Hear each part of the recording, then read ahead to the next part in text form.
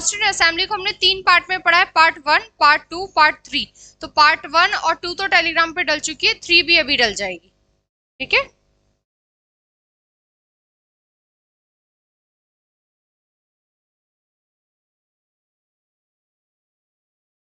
सभी को good morning, आ जाओ, चलो क्लास शुरू करते हैं हमारी, ठीक है। देखो आज का हमारा टॉपिक क्या रहेगा, पार्ट्स, यानी कि संविधान के भाग। सुनो, जैसे मान लो क्या होता है ये संविधान के भाग, भाई कॉन्स्टिट्यूशन क्या है, संविधान क्या है, पूरी कानून की किताब है, ठीक है।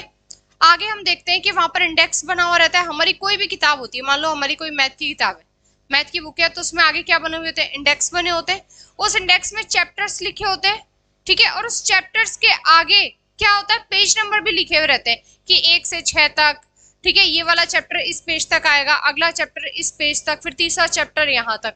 ठीक ऐसे ही हमारी जो कॉन्स्टिट्यूशन की किताब है, हमारा जो संविधान है, उसको भी शुरुआत में 22 पार्ट्स में बांटा गया था, और अब ये बढ़कर कितने हो गए हैं, 25 पार्ट्स हो गए। तो ये 22 से 25 कैसे हुए ये देखेंगे। और पार्ट्स क्या है, तो शुरू में देखो हमारे पास कितने आर्टिकल थे, 395, यानी कि 395 आर्टिकल को हमने कितने पार्ट में डिवाइड कर दिया, 22 पार्ट में डिवाइड कर दिया। जैसे हम हमारी किताब में हमारे चैप्टर्स को डिवाइड करते हैं कि इस किताब को कंप्लीट करने के लिए मान लो हमें 15 चैप्टर पढ़ने, ठीक है। तो वो 15 चैप्टर क्या है उस किताब को, यानी कि हमने 15 भागों में बांट दिया, ठीक है। ऐसे ही हमने पूरी की पूरी हमारी कॉन्स्टिट्यूशन की जो किताब थी उसको कितने भाग में बांट दिया, 22 भागों में। और एट प्रेजेंट वर्तमान में ये 22 से बढ़कर कितनी हो गई है संख्या, 25। तो सबसे पहले तो आपको पार्ट्स का मीनिंग पता होना चाहिए कि संविधान के भाग क्या है। पूरी कानून की एक किताब है जिसे हमने छोटे छोटे टुकड़ों में करके क्या कर दिया, बांट दिया।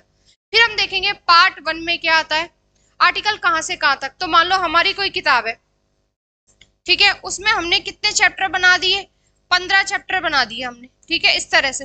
तो इन चैप्टर के आगे पेज नंबर भी तो लिखा होता है कि 1 से लेके 4 तक, ठीक है, फिर 5 से लेके 8 तक, इस तरह से सीरियल वाइज पूरे चैप्टर के जो पूरी किताब है उसके पहले पेज से लेके लास्ट पेज तक लिखा होता है। ठीक ऐसे ही मान लो हमारी जो कॉन्स्टिट्यूशन की किताब है इसको हमने क्या कर रखा है, 22 पार्ट्स में डिवाइड कर रखा है, ठीक है। इस तरह से करके हमने इसको कहां तक पहुंचा दिया, 22 पार्ट्स तक पहुंचा दिया।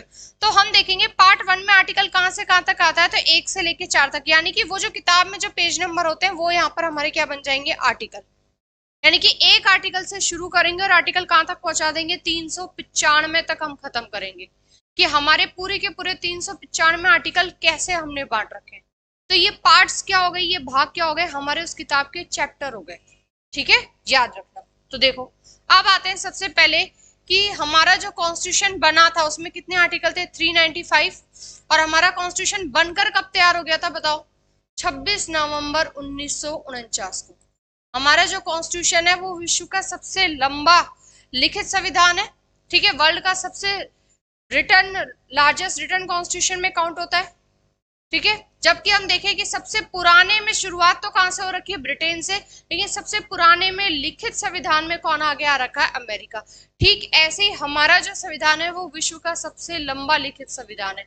विश्व के सबसे नए संविधान में बात करें तो सबसे नया संविधान याद रखना, नेपाल, ठीक है, कल आशीष मीना ने पूछा था, ठीक है। तो याद रखना सबसे नया संविधान कौन सा है अभी जो चल रहा है नया, नेपाल, 20 सितंबर 2015 को बना हुआ है, ठीक है। इनके यहाँ पर लगभग 308 आर्टिकल है, 308 आर्टिकल, 35 पार्ट्स है इनके यहाँ। जैसे हमारे यहाँ कितने पार्ट्स है, 25 पार्ट्स। ऐसे इनका जो संविधान बना है तो विश्व के जो सबसे नवीनतम संविधान में शामिल होता है वो कौन सा है, नेपाल का संविधान। 20 सितंबर 2015 से इनका संविधान लागू हुआ है। 308 आर्टिकल है और कितने भाग है इसमें, 35 भाग है। जबकि सबसे पुराना लिखित संविधान में कौन सा है, तो अमेरिका। हमारा संविधान लिखा हुआ तो है लेकिन वर्ल्ड का सबसे लंबा संविधान है, ठीक है, लॉन्गेस्ट रिटन कॉन्स्टिट्यूशन में आता है। अब बात आती है कि जब 26 नवंबर 1949 को हमारा कॉन्स्टिट्यूशन बनकर तैयार हुआ तब हमने इन 395 आर्टिकल को कितने पार्ट में डिवाइड किया था, 22। आज ये 22 से बढ़कर 25 हो गए। तो ये 22 से 25 कैसे हुए, जैसे मान लो 395 से 468 आर्टिकल कैसे पहुंचे, भाई आर्टिकल तो 395 ही है मीन, 468 जो संख्या आई है वो इनके अंदर कैसे बढ़े। तो देखते हैं हम सबसे पहले आता है हमारा पार्ट 1, यानी कि हमारी पूरी कॉन्स्टिट्यूशन की किताब है, तो सबसे पहले हम क्या पढ़ेंगे उस कॉन्स्टिट्यूशन के अंदर।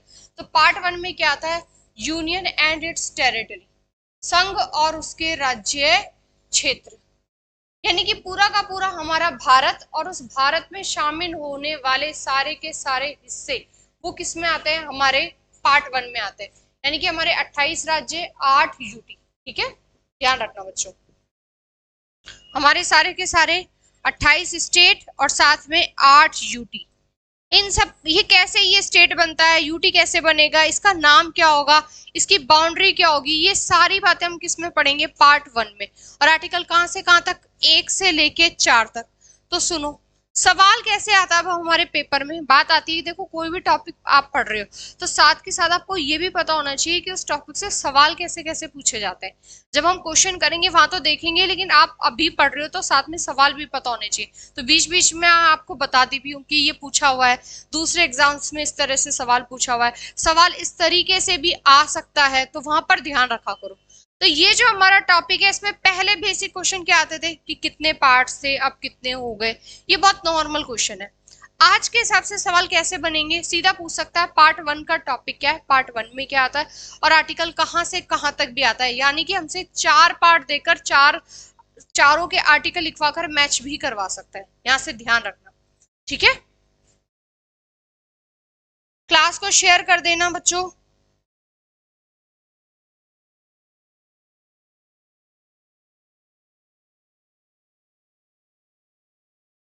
तो पार्ट 1 में समझ में आया, पार्ट 1 में हमें क्या पढ़ना है, union and it's territory, article कहां से कहां तक, 1 से लेके 4 तक। उसके बाद देखो पार्ट 2, पार्ट 2 में आता है कि आपने सारे राज्य बना लिए, सारे यूटी तो पार्ट 1 में बना ली, अब उसमें रहने वाले लोगों के बारे में बात करनी है, तो वो क्या कहलाते हैं, किसी भी देश के नागरिक, यानी कि सिटीजनशिप, यानी कि किसे नागरिकता देनी है और किसे नहीं देनी है, ये हम किस में पढ़ते हैं, पार्ट 2 में।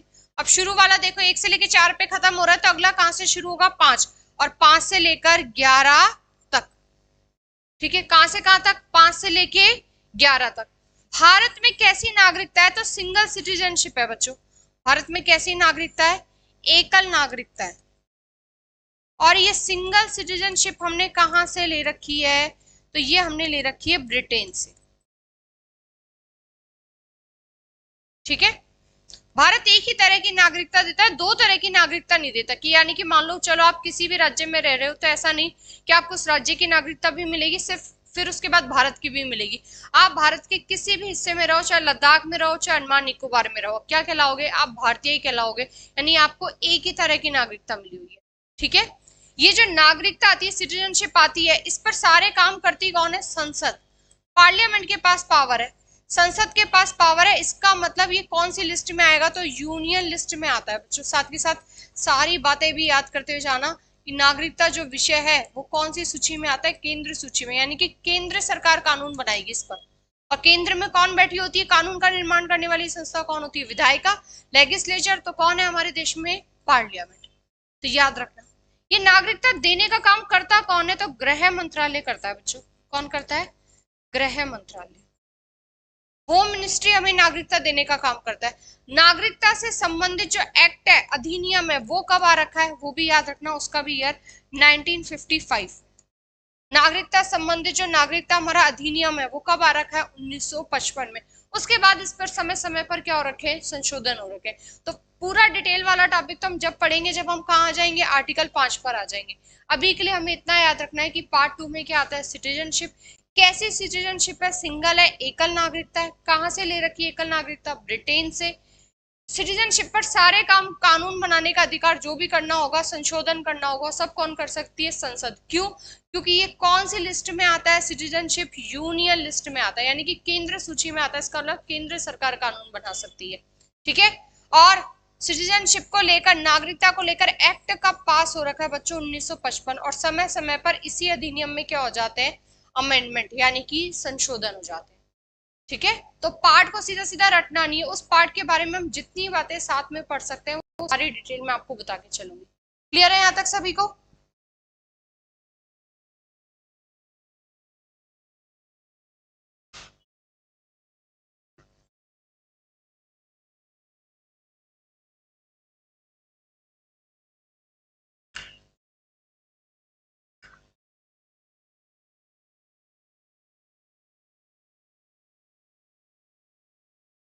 ठीक है, देखो आगे। उसके बाद आता है पार्ट 3, और पार्ट 3 बहुत इंपॉर्टेंट है, पेपर में सबसे ज्यादा पूछे जाने वाला पार्ट है। तो पहला वाला कहाँ पे खत्म हो रहा था, 1 से लेके 4, दूसरा 5 से लेकर 11, तो इसका मतलब अब क्या आएगा 12, तो 12 से लेके 35 तक क्या आता है, पार्ट 3 आता है। और पार्ट 3 में क्या आते हैं बच्चों, हमारे फंडामेंटल राइट्स, मौलिक अधिकार आते हैं। अब पूरे विश्व में इन मौलिक अधिकारों की शुरुआत कहां से हो रखी है, तो सबसे पहले ब्रिटेन से हो रखी है। सुनो इसके पीछे की कहानी। ब्रिटेन में राजा थे सम्राट जॉन, ब्रिटेन के सम्राट जॉन। और सम्राट जॉन ने क्या करा था, अपने जो खास लोग होते हैं, ठीक है, मान लो जैसे कि राजा होता है तो राजा के साथ काम करने के लिए सामंत होते हैं, यानी कि बड़े बड़े जमींदार और सामंत, ठीक है।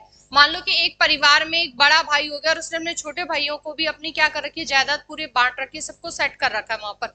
तो राजा हो गया, और राजा की हेल्प के लिए क्या होते हैं, जमींदार और सामंत होते हैं। तो सम्राट जॉन ने पहली बार अपने जो खास लोग थे, सामंत और जमींदार थे, इनको क्या दिए गए थे, एक पेपर पर लिखकर अधिकार दिए थे कि ये आपके क्या है, अधिकार है, ठीक है। पूरी की पूरी आम जनता के लिए अधिकार नहीं थे, इन खास लोगों के लिए अधिकार दिए थे। तो इन अधिकारों की जो शुरुआत हुई है वो कहां से हो रखी है, ब्रिटेन से हो रखी है। और ये बात कब की है, 1215 ईस्वी की है बच्चों, 1215 की बात चल रही है, जिस समय भारत में यहाँ पर गुलाम वंश चल रहा है, ठीक है, इल्तुतमिश का शासन चल रहा है। क्योंकि गुलाम वंश में सबसे पहले कौन आता है, कुतुबुद्दीन ऐबक, तो ऐबक के बाद जो आता है वो है इल्तुतमिश। तो इस समय भारत में इल्तुतमिश का शासन चल रहा था, जबकि ब्रिटेन में कौन थे, सम्राट जॉन, और उन्होंने अपने खास सामंत और जमींदारों को क्या दे रखे थे, अधिकार दिए थे एक पेपर पर लिखकर।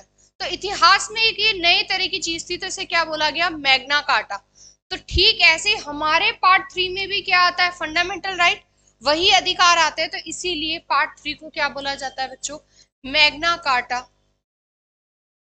Magna carta of Indian constitution, संविधान का मैग्ना कार्टा। याद रखना, ये सवाल पूछा हुआ है कि संविधान का मैग्ना कार्टा किस भाग को कहा जाता है, किस भाग को कहा जाता है, भाग 3 को। क्यों, क्योंकि हमारे भी भाग 3 में हमने किसकी बात कर रखी है, अधिकारों की। जबकि शुरुआत में से मैग्ना कार्टा कब कहा गया, ब्रिटेन में 1215 में सम्राट जॉन द्वारा, जब अपने सामंतों को क्या दिए गए थे, अधिकार दिए गए थे। लेकिन हमने जो हमारे मौलिक अधिकार लिए हैं ब्रिटेन से नहीं लिए, हमने कहां से लिए हैं, यूएसए से लिए।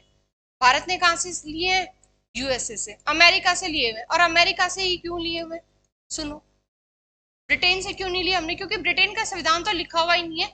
अमेरिका पहला देश था जिसने अपने संविधान में मौलिक अधिकारों को शामिल किया था, अपने लोगों को फंडामेंटल राइट्स दिए थे, और पूरा का पूरा अपने कॉन्स्टिट्यूशन में लिखी थी उस चीज को, ठीक है। तो ठीक ऐसे ही हमने भी हमारे कॉन्स्टिट्यूशन में शामिल करे। तो भारत ने मौलिक अधिकार कहां से ले रखे हैं बच्चों, अमेरिका से ले रखे, ठीक है। जबकि शुरुआत कहां से हो रखी है, ब्रिटेन से हो रखी है। कब, 1215 में सम्राट जॉन द्वारा, क्योंकि उस समय उन्होंने उस पत्र पर लिख कर दिए थे, तो उसे एक मैग्ना कार्टा कहा गया था। ठीक ऐसे ही इसे भाग 3 को संविधान का क्या कहा जाता है, मैग्ना कार्टा कहा जाता है। और ये सवाल पूछा हुआ है, मैग्ना कार्टा ऑफ कॉन्स्टिट्यूशन कौन से पार्ट को कहा जाता है, तो पार्ट 3 को कहा जाता है। क्लियर है, ये सारी बातें याद रखनी और साथ के साथ लिखते जाना, अपने खुद के हिसाब से नोट्स बनाते जाना, ठीक है बच्चों।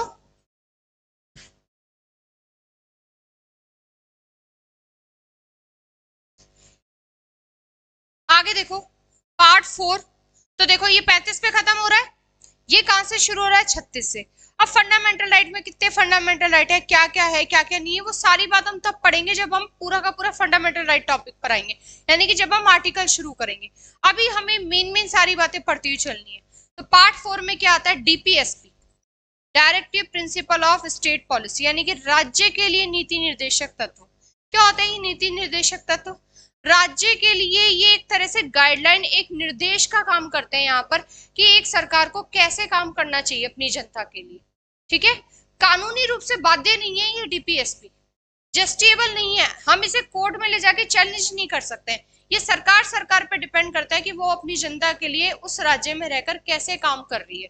तो इसमें कुछ पॉइंट्स बताए गए हैं कि राज्य सरकार न्यूट्रिशन, पोषण का ध्यान रखने के लिए क्या कर सकती है, बच्चों के लिए, महिलाओं के लिए स्वास्थ्य का काम कैसे कर सकती है, समाज में सामाजिक समानता लाने के लिए, राजनीतिक समानता लाने के लिए, आर्थिक समानता लाने के लिए कैसे कैसे काम कर सकती है। यानी कि कुल मिलाकर डीपीएसपी लोक कल्याणकारी राज्य की बात करते हैं। किसकी बात करते हैं? लोक कल्याणकारी, यानी कि वेलफेयर स्टेट की बात करते हैं बच्चों, वेलफेयर स्टेट की बात करते हैं। क्यों इनको बनाया गया, इनका पर्पस क्या है, इनका उद्देश्य क्या है, तो सीधा से याद रखना, लोक कल्याणकारी राज्य की स्थापना करना, टू स्टैब्लिश वेलफेयर स्टेट। कैसा लोक कल्याणकारी राज्य, क्या क्या होगा इसके अंदर? सामाजिक समानता होगी, ठीक है, आर्थिक समानता होगी और राजनीतिक समानता होगी।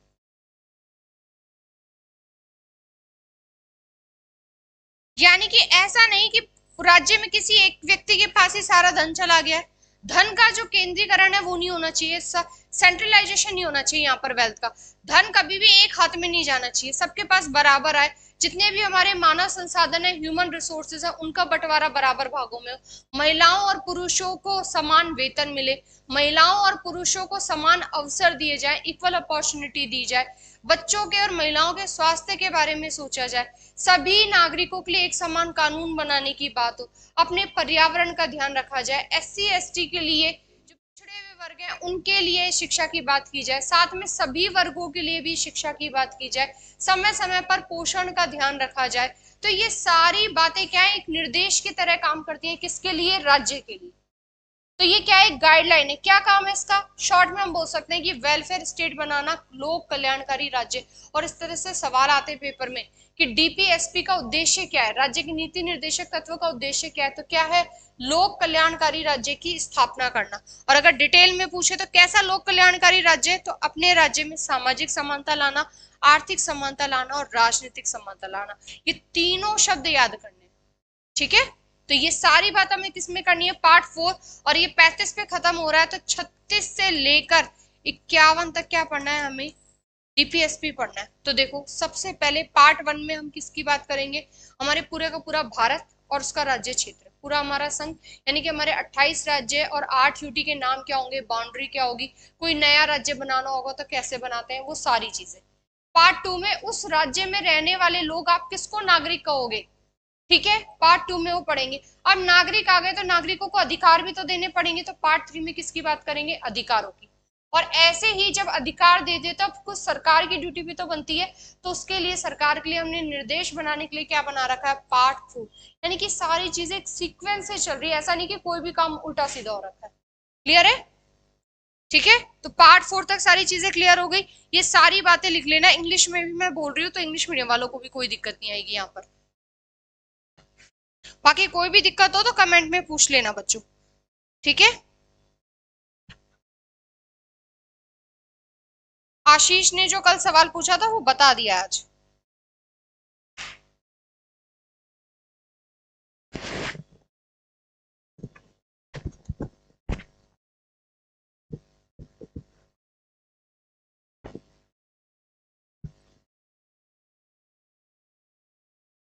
चलो देखो आगे, पार्ट 4 तक हो गया।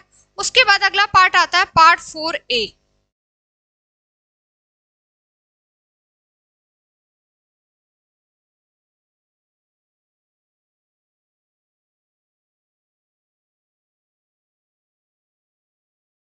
पार्ट 4A, अब देखो आगे क्या लग रहा है? ए लग रहा है कैपिटल है, इसका मतलब ये पहले से तो नहीं था। तो देखो शुरुआत में 22 थे ना, 22 से बढ़कर 25 कैसे हुए? तो वो जो एक बढ़ा है वो यही बढ़ा है, पार्ट 4A। तो शुरुआत में यानी कि हमारा जो प्रारंभिक संविधान था, इनिशियली कॉन्स्टिट्यूशन था, उसके अंदर फंडामेंटल जो हमारे ड्यूटी है वो शामिल नहीं थी। इसे कब शामिल किया गया? बहुत बाद में शामिल किया गया। कौन से संशोधन से? 42वें संविधान संशोधन 1976 द्वारा, ठीक है। और फंडामेंटल ड्यूटी हमने कहां से ली है बच्चों? रशिया से ली है, ठीक है, रूस से, रशिया से ली है। डीपीएसपी याद रखना, डीपीएसपी हमने आयरलैंड से लिया है, याद रखना भाई। फंडामेंटल राइट तो हमने कहां से लिए हैं? यूएसए से, अमेरिका से, जबकि डीपीएसपी हमने कहां से लिए? आयरलैंड से लिए। और फंडामेंटल ड्यूटी हमने कहां से ले रखी है? तो रशिया से ले रखी है। तीनों याद रखना, साथ के साथ याद करते हुए चलना।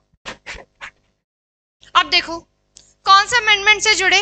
तो 42nd अमेंडमेंट यानी कि 42वें संविधान संशोधन 1976 द्वारा जोड़े गए और किसके कहने पर छोड़े गए? तो सरदार स्वर्ण सिंह एक कमेटी बनी थी, ठीक है। इसमें कुल सदस्य थे 12, ये भी याद रखना, एक अध्यक्ष और 11 सदस्य।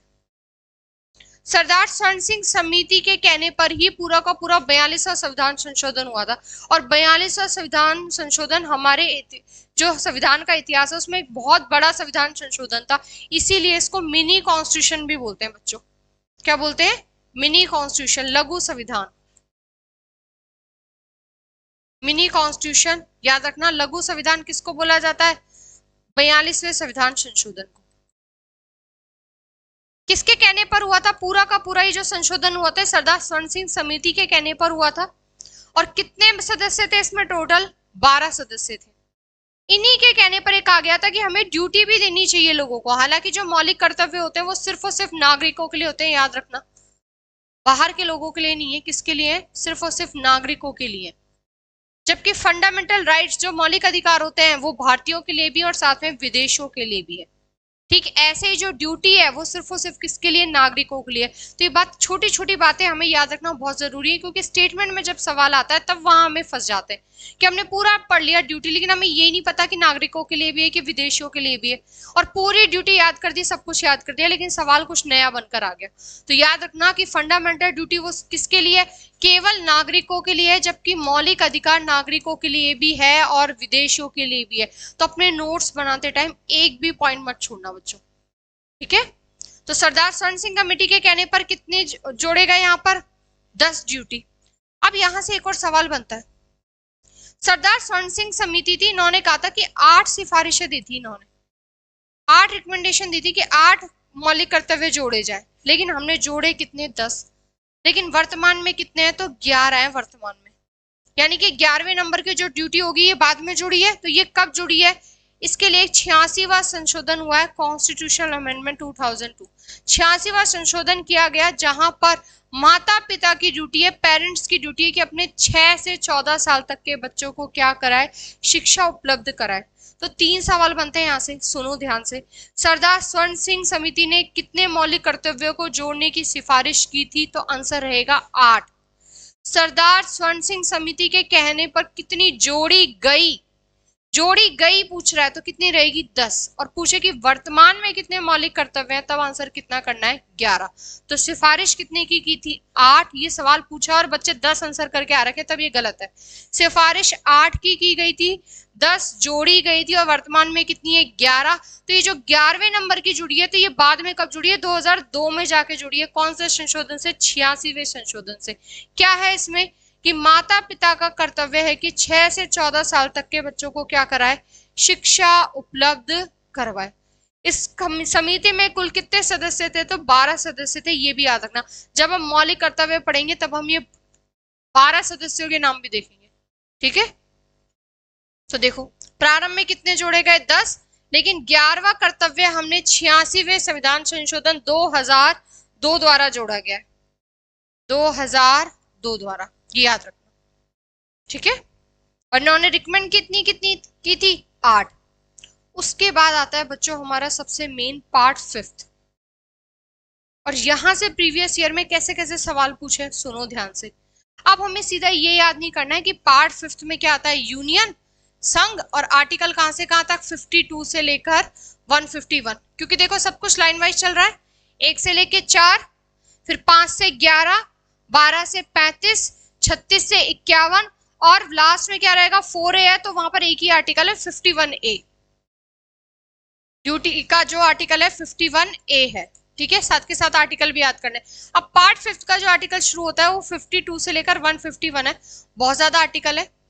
यूनियन में आता क्या क्या है? यानी कि जो जो लोग सेंटर में दिख रहे हैं आपको, जैसे कि राष्ट्रपति, उपराष्ट्रपति, प्रधानमंत्री, पूरी की पूरी मंत्री परिषद, ठीक है, अटॉर्नी जनरल हो गया, पूरा पूरा हमारा पार्लियामेंट, संसद, सुप्रीम कोर्ट और कैग, नियंत्रक एवं महालेखा परीक्षक, ये सारे लोग कहाँ बैठते हैं? केंद्र में बैठते हैं, ठीक है, केंद्र में बैठकर काम करते हैं। तो ये सारे लोग किसके अंदर आते हैं? यूनियन के अंदर आते हैं, संघ के अंदर। लेकिन अब हमें नई चीज और क्या पढ़नी है कि पार्ट 5th में भी कितने चैप्टर है? 5 चैप्टर है। यानी कि इस पार्ट 5 के अंदर भी कितने चैप्टर हैं बच्चों, कितने अध्याय हैं आगे जाकर, 5 अध्याय हैं। और वो 5 अध्याय कौन कौन से हैं सुनो। पहला अध्याय, अध्याय 1 चैप्टर 1 में क्या आता है, एग्जीक्यूटिव यानी कि कार्यपालिका आती है। एग्जीक्यूटिव क्या होती है, जो कार्य करती है वहां पर, ठीक है, सारे के सारे प्लान को एग्जीक्यूट करती है। मान लो आज आपको कोई चीज बना कर दे दी और अब बोला गया इसे लागू करो, तो आप क्या किसके अंदर आ गए, कार्यपालिका के अंदर आ गए, एग्जीक्यूट के अंदर, ठीक है। तो ये जो एग्जीक्यूटिव आती है, चैप्टर 1 आता है, ये पूरा का पूरा तो 52 से लेकर 151 तक है, लेकिन पार्ट 5 में भी 5 चैप्टर है। इस 5 में से पहले चैप्टर में आता है 52 से लेकर 78 तक, यानी कि एग्जीक्यूटिव की बात हो रखी है। कौन कौन आएगा एग्जीक्यूटिव में, राष्ट्रपति, उपराष्ट्रपति, मंत्री परिषद, इसी में ही हम पीएम पढ़ लेंगे, और भारत का महान्यायवादी। भारत का महान्यायवादी किस में आता है, 76 में आता है। और ये कहां पर खत्म हो रहा है, 78, क्योंकि 77 और 78 है वो भी राष्ट्रपति से जुड़े हुए आर्टिकल होते हैं, ठीक है। तो इसका मतलब सवाल कैसे कैसे पूछे हुए सुनो, दिल्ली पुलिस में कि भारत की जो कार्यपालिका है वो कौन से अनुच्छेद से आती है, तो 52 से लेके 78 तक आती है। उसने सीधा पूछ लिया कि कार्यपालिका किस में आती है, ठीक है। और हमने तो ऐसे याद किया हुआ ही नहीं होता, हम याद करते हैं पार्ट 5 में आता है यूनियन, आर्टिकल 52 52 से लेके 151 तक, बस खत्म। लेकिन नहीं, अब हमें नया कैसे पढ़ना है कि पार्ट 5 के अंदर भी कितने चैप्टर होते हैं, 5, जिसमें पहले चैप्टर में क्या आता है, कार्यपालिका।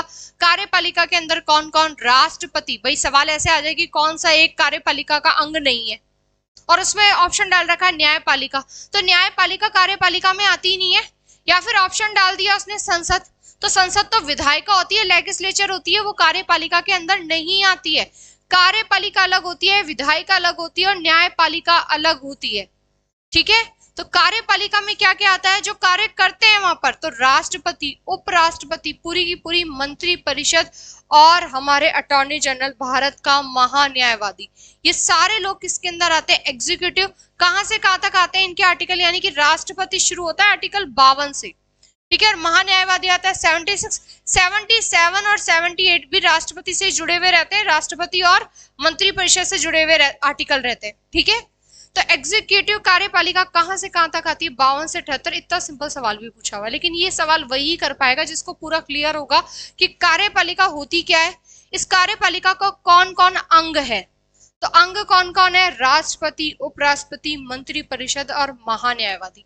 ये भी याद रखना, अगर 52 से 78 पूछ लिया तो अगली बार सवाल कोई नए तरीके से पूछ सकता है। अब ये तो हो गई कार्यपालिका की बात। चैप्टर 1, चैप्टर 2 में क्या आता है, विधायिका आती है। विधायिका यानी कि संसद। चैप्टर 2 में क्या आती है, विधायिका। जो विधायिका कौन होती है, कानून का निर्माण करने वाली संस्था विधायिका। लेजिस्लेचर जो क्या कर रही है, लॉ मेकिंग का काम कर रही है। इसमें आता है संसद, यानी कि कार्यपालिका और का संसद से कोई लेना देना नहीं है। यहाँ पर कार्यपालिका अलग होती है, संसद अलग होती है। और संसद कहां से शुरू होती है, तो आर्टिकल 79, देखो ये 78 पे खत्म हो रहा है ना, 79 से लेकर 122 122 तक क्या आता है, अध्याय 2 काम करता है। और अध्याय 2 में क्या आती है, संसद, पार्लियामेंट।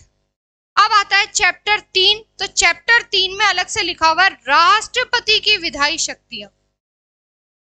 राष्ट्रपति की विधायी शक्तियां का मतलब क्या होता है, भाई वैसे तो विधि का निर्माण कौन करती है, संसद, लेकिन राष्ट्रपति को हमने कैसे पावर दे रखी है, विधायी शक्ति क्या होता है, तो सुनो।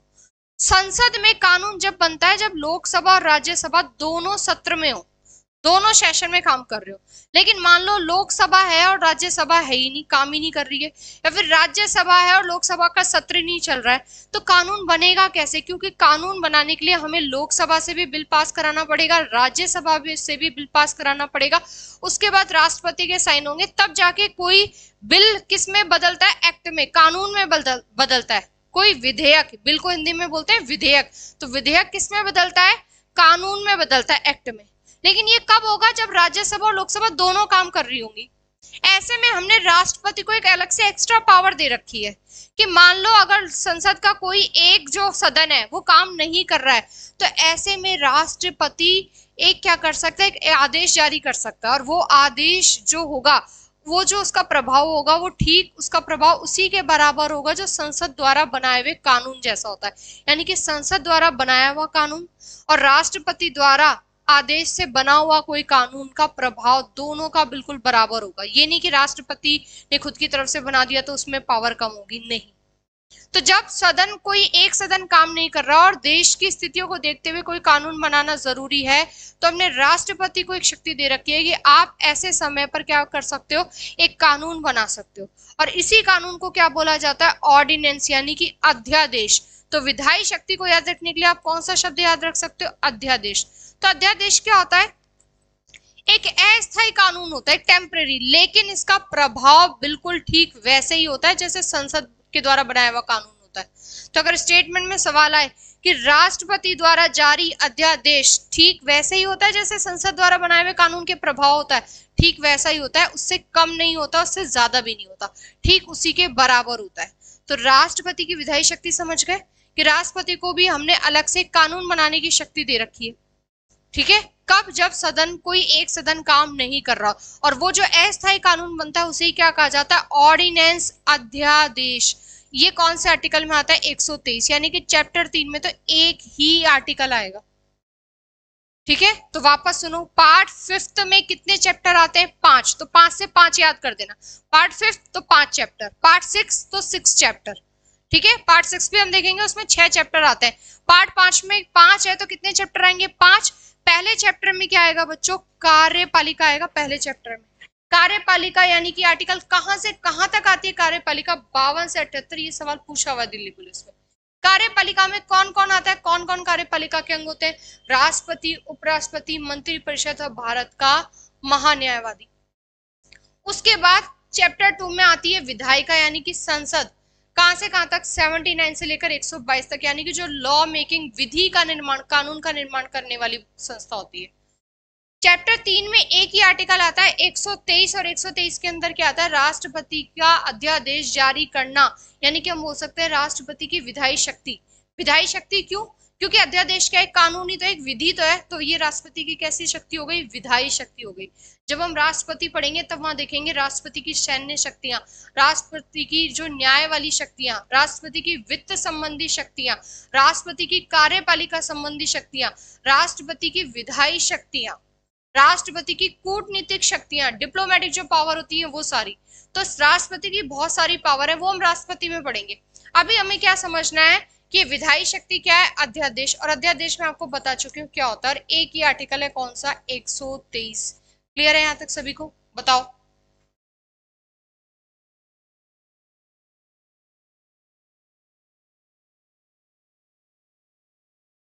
आशीष मीना, नीति निर्देशक तत्व कहां से लिए गए, तो बेटा नीति निर्देशक तत्व मैंने अभी बताया आपको, आयरलैंड से लिए गए, ठीक है। मौलिक अधिकार तो कहां से लिए गए हैं, हमारे यूएसए से, लेकिन शुरुआत ब्रिटेन से हुई है, पूरा बता चुकी हूँ मैं आपको। डीपीएसपी क्या होते हैं, उद्देश्य क्या है, क्या क्या चीजें आती है, ये भी बता चुकी हूँ। डीपीएसपी हमने कहां से लिए, आयरलैंड से, और मौलिक कर्तव्य, ड्यूटी, हमने कहां से लिए, रशिया से, ठीक है। ये याद रखना यहां से। आगे देखो, उसके बाद ये हो गई पूरी राष्ट्रपति की विधायी शक्तियां। अब आता है चैप्टर नंबर 4, भाग 5 में कौन सा आता है, अध्याय 4, ठीक है, संघ की न्यायपालिका। यानी कि अब यहाँ पर देखो, हमने कार्यपालिका देख लिया, विधायिका देख लिया, और तीसरे नंबर पर हमने क्या रख रखा है भाई, वैसे तो विधायी शक्ति चैप्टर 3 में आ रखी है, लेकिन मेन क्या होता है, न्यायपालिका। तो चैप्टर 4 अध्याय 4 में क्या आता है, संघ की न्यायपालिका, यानी कि संघ की न्यायपालिका का बात करें, यानी कि हाई कोर्ट नहीं है इसमें, इसमें क्या आएगा, सुप्रीम कोर्ट आएगा। क्या आएगा, सुप्रीम कोर्ट, ठीक है। संघ की न्यायपालिका यानी कि सुप्रीम कोर्ट। कहां से कहां तक, तो देखो पार्ट 5 को सबसे पहले देखो हमने कहां से बांटा था, 52 से लेके 151 तक बांटा था। इस 52 में भी अध्याय 1 को हमने कहां से बांटा था, 52 से लेके 78 तक। फिर हमने विधायिका देखा 79 से लेकर 122 तक। फिर राष्ट्रपति की विधायी शक्ति चैप्टर 3 में 123, चैप्टर 4 में 124 से लेकर 147 तक होगा, ठीक है। चैप्टर 4 में कहां से होगा, 124 से लेकर 147 तक। तो न्यायपालिका, और वो भी किसकी, संघ की बात कर रहा है, राज्य की न्यायपालिका की बात नहीं कर रहा है, यानी कि हाई कोर्ट नहीं आता इसमें, सिर्फ और सिर्फ क्या आएगा, सुप्रीम कोर्ट आएगा। हाई कोर्ट किस में आएगा, जब हम राज्य पढ़ेंगे, पार्ट 6 पढ़ेंगे वहां पर। उसके बाद लास्ट अध्याय 5 में आता है कैग। कैग, नियंत्रक एवं महालेखा परीक्षक। क्या होता है ये कैग? देखो कैग के आगे क्या लिखा हुआ है? सीए। जैसे हमारा खुद का एक सीए होता है जो हमारी पूरी इनकम को क्या करता है? ऑडिटिंग और अकाउंटिंग का काम करता है। पूरा हमारा एक अकाउंट तैयार करता है, हमारे लिए पूरी ऑडिटिंग करता है कि हमारा पैसा कहाँ जा रहा है, कहाँ नहीं जा रहा है, कैसे हम टैक्स, हमें कितना देना है, कितना टैक्स हम कहाँ दिखा सकते हैं। तो यानी कि ऐसे ही भारत सरकार की आय का पूरा लेखा जोखा, सरकार ने कितना खर्चा करा है, कितनी सरकार की इनकम है, सरकार पर कर्जा कितना है, सरकार आने वाले 5 सालों में जो ये बजट लेकर आ रही है तो इस पर किस योजनाओं पर कितना पैसा खर्च कर रही है। 1 साल का बजट लाई है तो इस साल कितना योजना पे खर्चा किया, क्या उतना खर्चा हुआ या फिर सिर्फ खर्चा दिखाया गया है। यानी कि सरकार का पैसा कहाँ से आ रहा है और कहाँ जा रहा है, कितना पैसा सरकार लगा रही है, वो सारा लेखा जोखा रखने का काम कौन करता है? ये भारत का नियंत्रक एवं महालेखा परीक्षक करता है। ठीक है, कंट्रोलर एंड ऑडिटर जनरल। ठीक है, तो कैग बोलते हैं इसे, हम शॉर्ट में कैग बोलते हैं सीधा। ठीक है, तो कैग में आगे सी आ रहा है तो याद रख देना ये भारत सरकार का सी है एक तरह से। तो आर्टिकल कहां से कहां तक? 148 से लेकर 151 तक। क्लियर है? तो देखो हमने क्या देखा, पूरा का पूरा पार्ट 5। ठीक है, पार्ट 5 में हमने कितने चैप्टर देखे? 5। चैप्टर 1 में क्या आता है? एग्जीक्यूटिव कार्यपालिका 52 से लेकर 78 तक। चैप्टर 2 के अंदर क्या आएगा बच्चों? विधायिका 79 से लेकर 122 तक। चैप्टर 3 में राष्ट्रपति की विधायी शक्ति यानी कि अध्यादेश, और अध्यादेश क्या होता है मैं आपको बता चुकी हूँ। अध्यादेश का प्रभाव ठीक वैसा ही होता है जैसे संसद द्वारा बनाए हुए कानून का होता है। स्टेटमेंट में सवाल है तो ये स्टेटमेंट याद रखना है। 123 में ये हो गया। उसके बाद आती है न्यायपालिका 124 से 147 और सबसे लास्ट में क्या आता है? कैग 148 से लेकर 151। तो देखो 52 से शुरू करा था और कहां पहुंच गए? 151 पे एंड कर दिया। तो ये पूरा का पूरा हमारा क्या है? यूनियन। ठीक है, पूरा का पूरा हमारा ये क्या है? यूनियन। जिसमें भाग 5 में हमने क्या देखे? भाग में 5 में हमने 5 चैप्टर कंप्लीट कर ली। तो ये सारी चीजें डिटेल में याद रखना। उसके बाद आता है अगला हमारा पार्ट 6। देखो पार्ट 6, तो 6 में 6 से याद रखना। पार्ट 6 में कितने चैप्टर है? 6 चैप्टर है। कितने अध्याय हैं?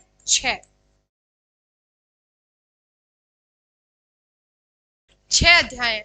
तो देखो सबसे पहले 151 पे खत्म हुआ था तो ये 152 से शुरू हो रहा है। 152 से लेकर 237 तक। देखो अभी तक हमने एक भी आर्टिकल नहीं छोड़ा है बीच में। 1 से लेकर 4, 5 से लेकर 11, 12 से लेकर 35, 36 से 51, फिर बीच में एक और था 51A फंडामेंटल ड्यूटी, 52 से लेकर 151 तक, और अब 152 से लेकर 237 तक। यानी कि अगला जो आर्टिकल आएगा वो 238 से शुरू होगा। अगला जो पार्ट आएगा वो कहां से शुरू होगा? 238 से। अब इसमें बात आती है पार्ट 6 में राज्य की। किसकी बात आती है? राज्य की। राज्य क्या होता है? तो देखो राज्य के अंदर कौन कौन काम करेगा? जैसे वहां राष्ट्रपति, ऐसे यहाँ पर कौन होगा? राज्यपाल होगा। ठीक है, वहां पर पीएम तो यहाँ पर मुख्यमंत्री होगा, वहां पर सुप्रीम कोर्ट तो यहाँ पर हाई कोर्ट होगा, वहां पर संसद होगी तो यहाँ पर स्टेट लेजिस्लेचर, राज्य विधानमंडल होगा। लेकिन कैग सिर्फ सेंटर में होता है, स्टेट में नहीं होता है।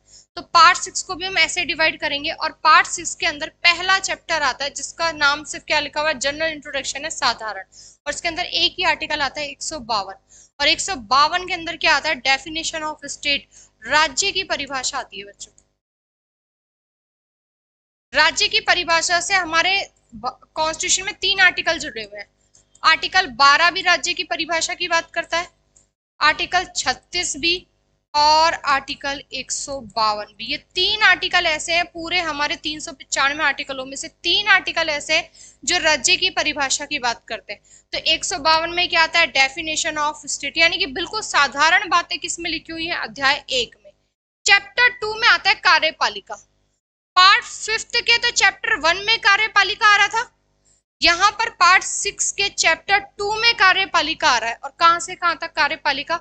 153 से लेके 167 तक। देखो इसको भी तो हम बीच डिवाइड करेंगे पूरा, 237 को भी तो 152 से लेके 237 को भी पूरा डिवाइड करके चलेंगे। तो 153 से लेकर 168 तक। ठीक है, क्या क्या पढ़ेंगे? राज्यपाल, मंत्री परिषद और राज्य का महाधिवक्ता, एडवोकेट जनरल। वहां हमने क्या पढ़ा था? Attorney general.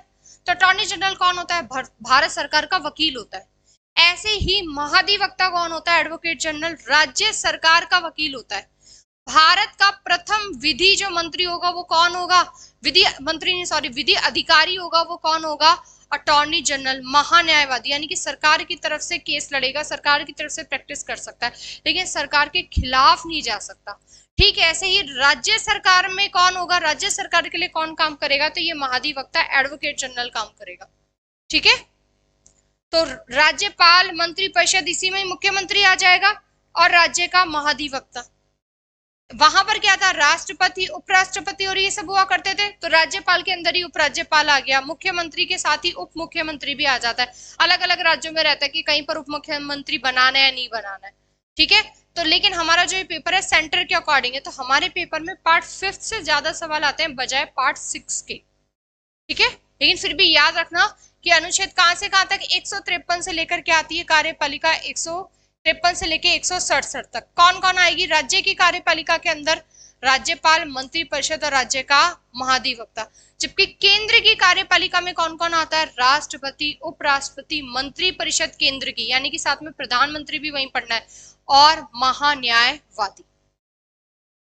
फिर आता है चैप्टर 3। चैप्टर 3 में क्या आता है? राज्य का विधानमंडल, स्टेट लेजिस्लेचर। जैसे वहां संसद थी, वहां चैप्टर 2 में थी, यहाँ किस में? चैप्टर 3 में, क्योंकि हमारे यहाँ चैप्टर 1 में एक साधारण बात हो चुकी है, इसलिए सारे चैप्टर आगे होते जा रहे हैं। तो चैप्टर 3 में क्या आता है? विधानमंडल, 168 से लेकर 212 तक राज्य का विधानमंडल, यानी कि विधानसभा और विधान परिषद की बात होगी। चैप्टर 4 में वहां हमने क्या देखा था? राष्ट्रपति की विधायी शक्ति। यहाँ पर हम देखेंगे चैप्टर 4 में क्या आती है? राज्यपाल की विधायी शक्ति, यानी कि राज्यपाल की विधायी शक्ति का मतलब क्या? राज्यपाल भी अध्यादेश जारी कर सकता है। कैसे भाई? विधानसभा का सत्र चल ही नहीं रहा है, विधानसभा भी है ही नहीं, और ऐसे में उस राज्य के लिए कानून बनाना है, तो राज्यपाल को भी हमने शक्ति दे रखी है कि वो क्या कर सकती है। अब राज्यपाल क्या कर सकता है? अपनी तरफ से एक आदेश निकाल सकता है। वो आदेश क्या होगा? एक कानून की तरह प्रभावी होगा, जिसे हम क्या बोलेंगे? अध्यादेश। तो राज्यपाल और राष्ट्रपति दोनों के पास अध्यादेश की शक्ति होती है। और राज्यपाल कौन से आर्टिकल से करता है? 213 से। ठीक है, तो देखो 152, 153 से 168, 67, 168 से लेकर 212 और फिर आ गया 213। लेकिन यहां तक तो भी कितने चैप्टर कंप्लीट हुए हमारे? चैप्टर 4। उसके बाद आता है चैप्टर 5 और 6। देखो इधर चैप्टर 5 में क्या आता है? राज्यों के उच्च न्यायालय, यानी कि सीधी की सीधी हाईकोर्ट की बात हो रही है।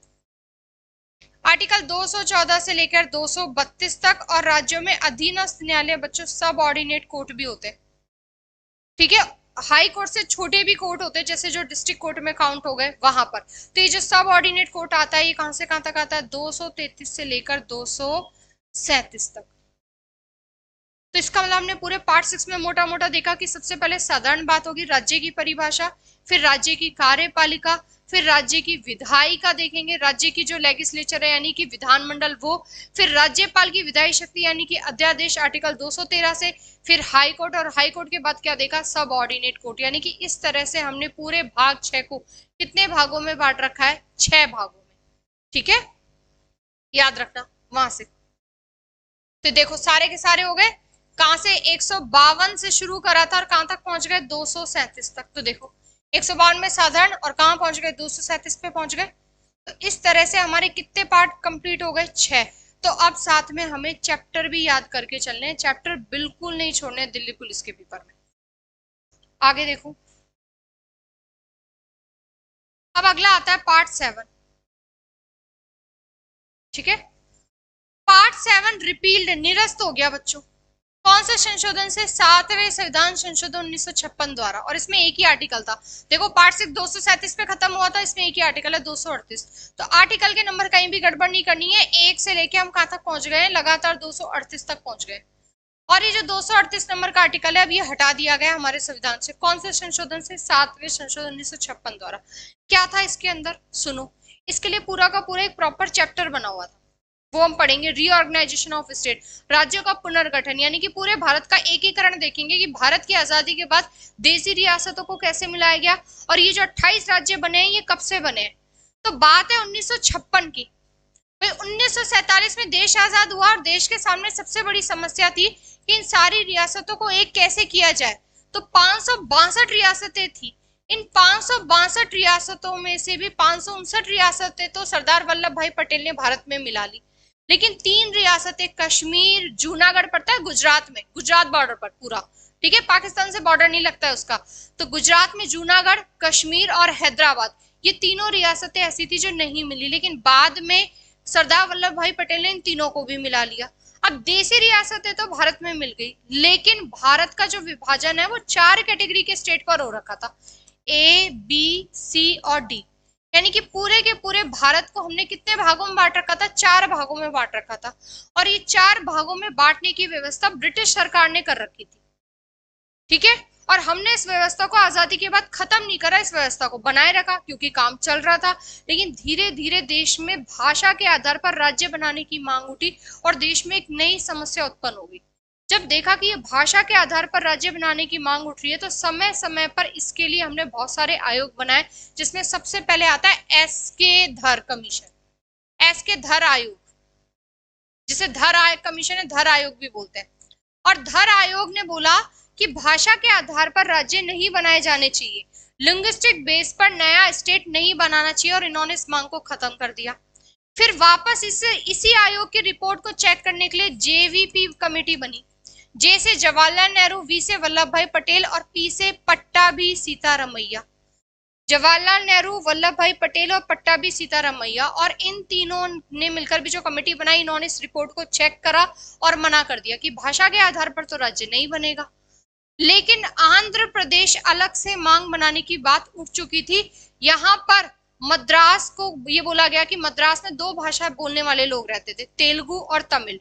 तेलुगु वालों ने बोला कि हमें तमिल वालों के साथ नहीं रहना है। भाई हमारे भारत का जो निचला हिस्सा, ये पूरा का पूरा पहले क्या हुआ करता था, मद्रास।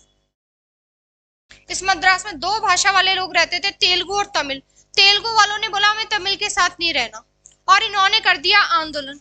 और वहां पर एक व्यक्ति थे पोट्टी श्री रामालू, उन्होंने 56 दिन की भूख हड़ताल करी और वो मर गए। और उसके बाद बहुत ज्यादा स्थितियां खराब हो गई। तब पंडित जवाहरलाल नेहरू ने यहाँ पर पहला राज्य बनाया भाषा के आधार पर। तो भाषा के आधार पर पहला राज्य कौन सा बनाया, आंध्र प्रदेश। किससे अलग होकर, मद्रास से। तब आंध्र प्रदेश में तो कौन सी भाषा वाले रह गए, तेलुगु, ठीक है, तेलुगु भाषा वाले रह गए, जबकि मद्रास में कौन सी भाषा वाले रह गए, तमिल। अब लेकिन जब आपने एक राज्य बना दिया तो बाकी राज्य भी तो डिमांड करेंगे, तो बाकी पूरे भारत में भी इस तरह की मांग उठनी शुरू हो गई कि हमें भी क्या करो, भाषा के आधार पर अलग राज्य बनाओ। क्योंकि देश में कैसी व्यवस्था चल रही है, ए, बी, सी, डी 4 कैटेगरी वाली राज्य व्यवस्था चल रही है।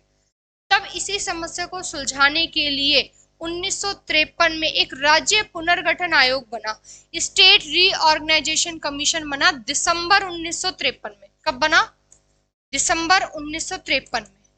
और इसने अपनी रिपोर्ट दी 1955 में, और इस रिपोर्ट के बेस पर एक अधिनियम पारित हुआ, राज्य पुनर्गठन अधिनियम 1956।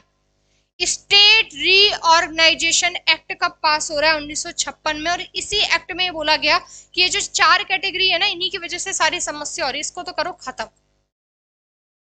और अब भारत में क्या होंगे, या तो स्टेट होंगे और यूटी। तो वास्तव में ये जो आज हमारे 28 राज्य और 8 यूटी है, इनकी शुरुआत कब हो रखी है, 1 नवंबर 1956 से।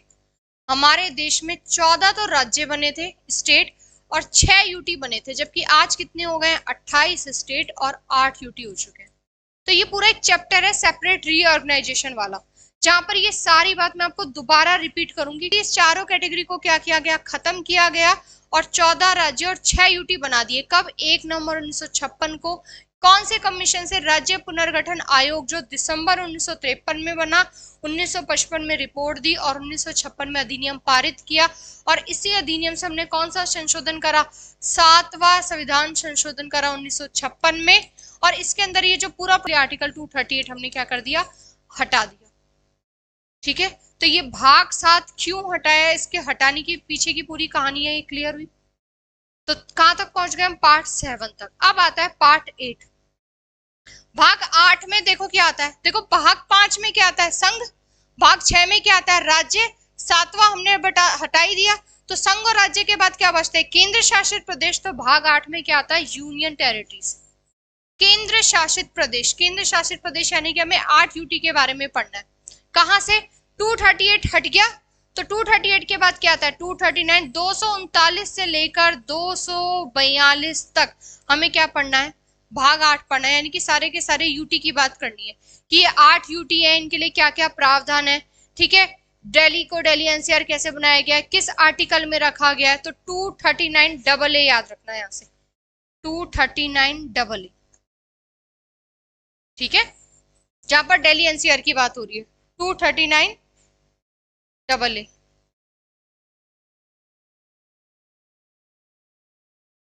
नेट नहीं चल रहा?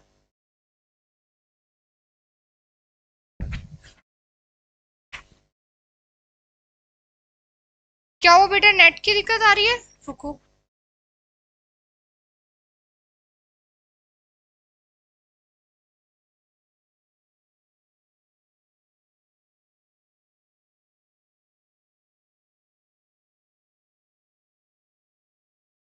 नहीं, 1 मिनट रुको, है ना।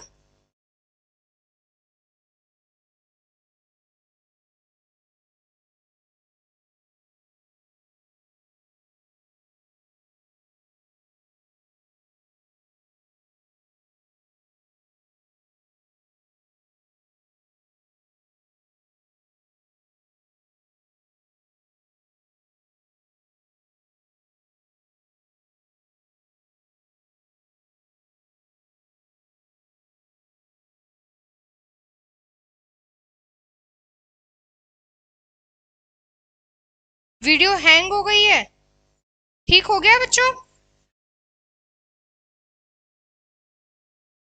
वेटिंग लिस्ट कब तक आएगी बेटा? वेटिंग लिस्ट का तो पता नहीं अभी कब तक आएगी दिल्ली पुलिस की। ठीक है, आशीष मीणा, राष्ट्रपति के चुनाव की विधि किस देश से ली गई? तो आयरलैंड से ली गई है बेटा। ठीक है, और नीति निर्देशक तत्व भी आयरलैंड से लिए गए और चुनाव की विधि भी आयरलैंड से ली गई है। क्लास अटक अटक कर चल रही है बीच में, बताओ अब ठीक है? बेटा अभी हुई है, 2 मिनट के लिए हुई है दिक्कत, ठीक हो गई है अब क्लास। कोई भी सवाल हो तो और पूछ लेना, ठीक है।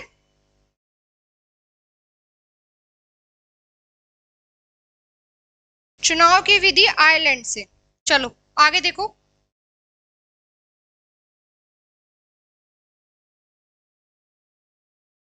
देखो तो पार्ट 7 की पूरी बात बता दी आपको मैंने, स्क्रीनशॉट ले लो इसका पूरा, जितना भी बताया अगर आपको लेना है क्लास में। ठीक है, ये सारी बातें मैं आपको बता चुकी हूँ। तो देखो पार्ट 7 को हमने क्या करा, 7th अमेंडमेंट 1956 से हटाया। क्यों? क्योंकि देखो हमारे देश जब 1947 में आजाद हुआ तब 4 तरह के स्टेट बने हुए थे, ए बी सी डी। ये चारों स्टेट वाली जो थी चीज, ये ब्रिटिश सरकार के समय से चलती आ रही थी। हमने इसको हटाया नहीं, हमने इसे लागू रखा। कितनी रियासतें थी? 562 रियासतें थी।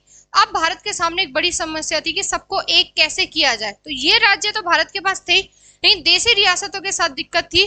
तो 562 में से 559 रियासतें तो सरदार वल्लभ भाई पटेल ने मिला दी थी, लेकिन 3 रियासतें मिलने को तैयार नहीं थी, कश्मीर, जूनागढ़ और हैदराबाद।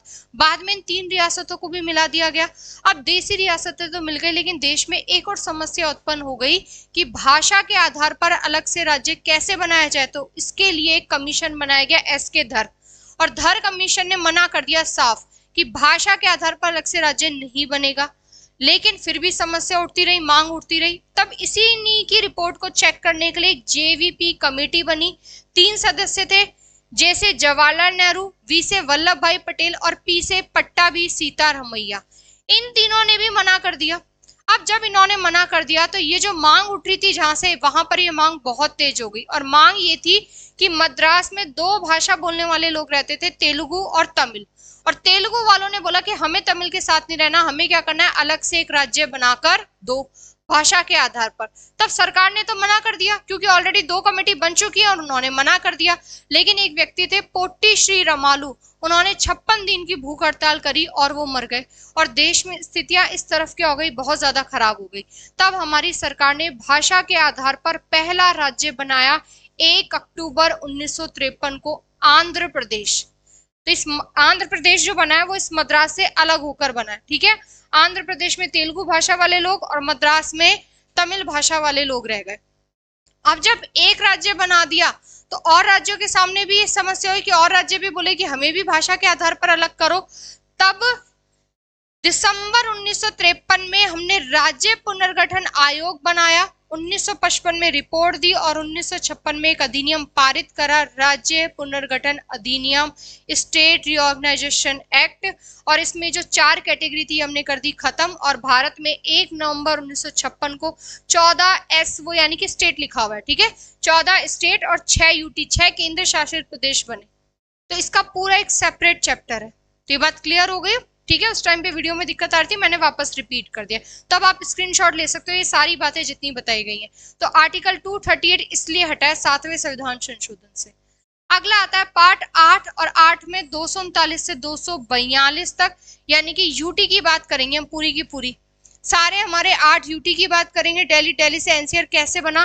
तो जब हम पार्ट 8 पढ़ेंगे वहां पर पूरी डिटेल देखेंगे, ठीक है। इसके लिए एक आर्टिकल आप साथ के साथ याद कर सकते हो अभी 239AA जहां पर दिल्ली एनसीआर की बात हो रखी है, क्योंकि दिल्ली एनसीआर से बहुत सवाल आते हैं। उसके बाद आता है बच्चों सबसे इंपॉर्टेंट पार्ट 9। जैसे पार्ट 3 बहुत इंपॉर्टेंट है, ऐसे ही पार्ट 9 बहुत इंपॉर्टेंट है। और पार्ट 9 में क्या आता है, पंचायत। आर्टिकल 243 से लेकर 243 ओ है, ये देखो यहां लिख रही हूं मैं, 243 से लेकर 243 ओ, ABCD में ओ जो आता है वो वाला ओ है ये, ठीक है, अलग से ऐसे लिखना। भाग 9 में ये पंचायत है, लेकिन इन पंचायतों को देखो, भारत में जो पहली ग्राम पंचायत है वो कब की बनी हुई है, 2 अक्टूबर 1959, ठीक है। 1959 में कहाँ बनी है, बगदरी गांव राजस्थान, बगदरी गांव, बगदरी विलेज, नागौर डिस्ट्रिक्ट के अंदर आता है, नागौर जिला राजस्थान। और उद्घाटन करने कौन पहुंच गए थे, हमारे प्रधानमंत्री पंडित जवाहरलाल नेहरू। तब हमारे देश में पंचायतों की तो शुरुआत हो गई थी, लेकिन इन पंचायतों को हमने संवैधानिक दर्जा कॉन्स्टिट्यूशनल स्टेटस नहीं दे रखा था। तो इसको कॉन्स्टिट्यूशनल स्टेटस कब मिला, 73वें संविधान संशोधन 1992 द्वारा मिला है भाई, ठीक है। और पंचायत में कितने विषय आते हैं, याद रखना 29 विषय आते हैं बच्चों। कितने सब्जेक्ट आते हैं, 29। इसी पार्ट 9 का एक और पार्ट है पार्ट 9A। तो देखो 243 ओ पे खत्म हो रहा है, तो 243 पी से लेकर 243 जेड जी तक। और इसमें आती है म्युनिसिपैलिटीज, नगर पालिकाएं।